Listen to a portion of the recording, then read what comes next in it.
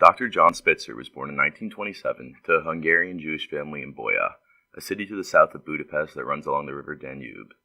Jews had been in Hungary for thousands of years, but were not considered to be equal citizens until 1867. However, a series of anti-Jewish laws were passed in the 1930s that included limitations on the number of Jews admitted into higher education programs and excluded Jews from respected professions such as medicine and law. Although Hungarian Jews faced persecution and discrimination throughout the war, their situation became even worse when Germany occupied Hungary in March 1944. Once the Nazis took over the country, most Jewish communities were moved into ghettos and began to be deported. I wanted to make a very strong point there.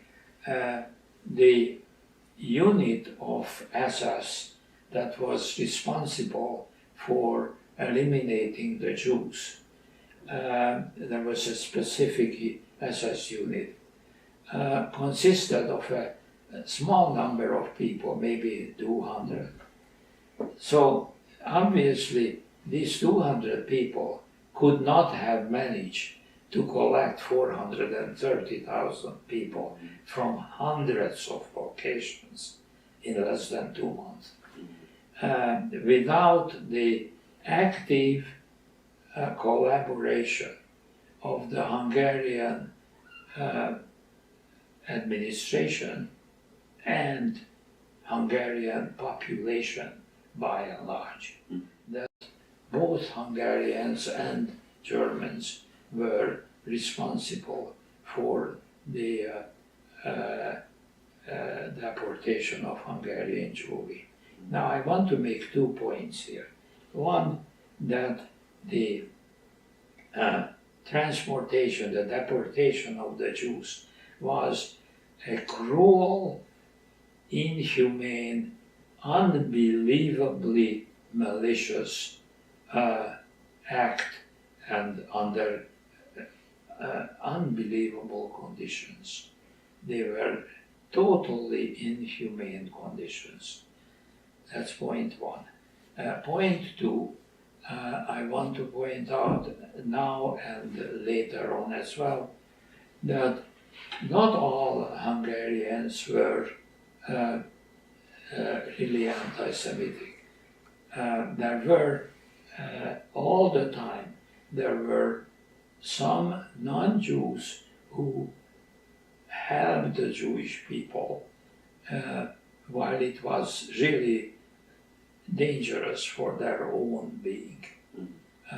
For instance, many people gave their own documents to Jewish people, which enabled them to present themselves to the authorities as non-Jews escaping from all parts of Hungary in front of the oncoming Soviet troops.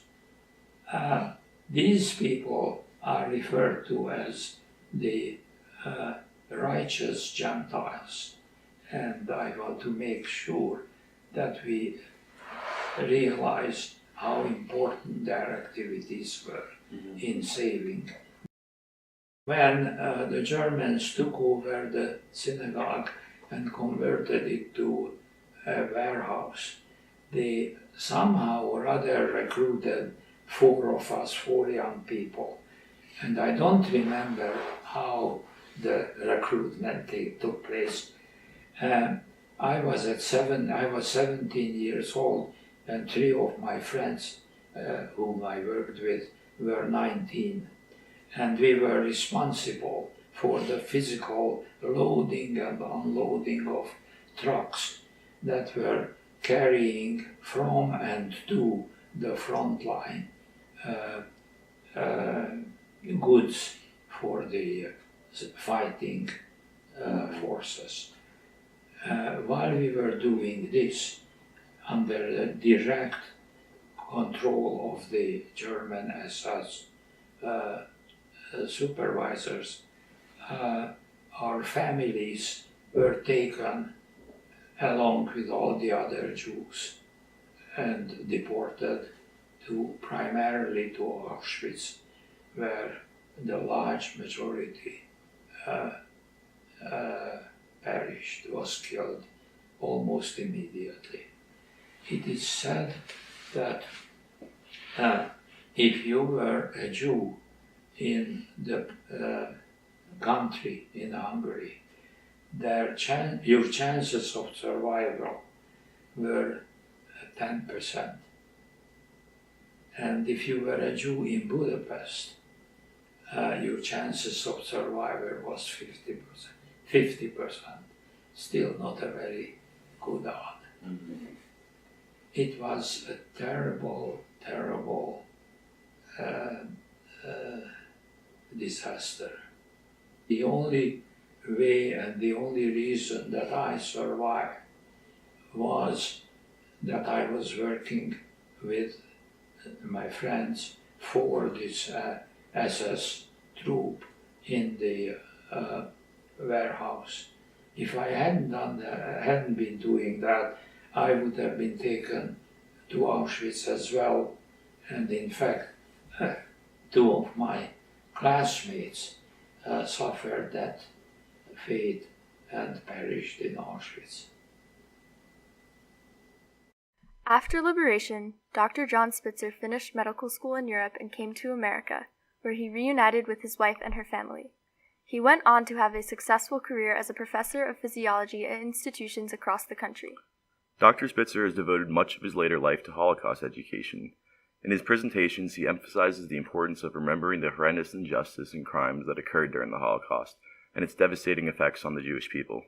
As we observe Passover, Dr. Spitzer is also remembering the 75th anniversary of his liberation. He spent the holidays celebrating with his family, including his 2 newborn great-grandsons. He sees his family as his ultimate victory, for he is alive and surrounded by 4 generations of people who love him.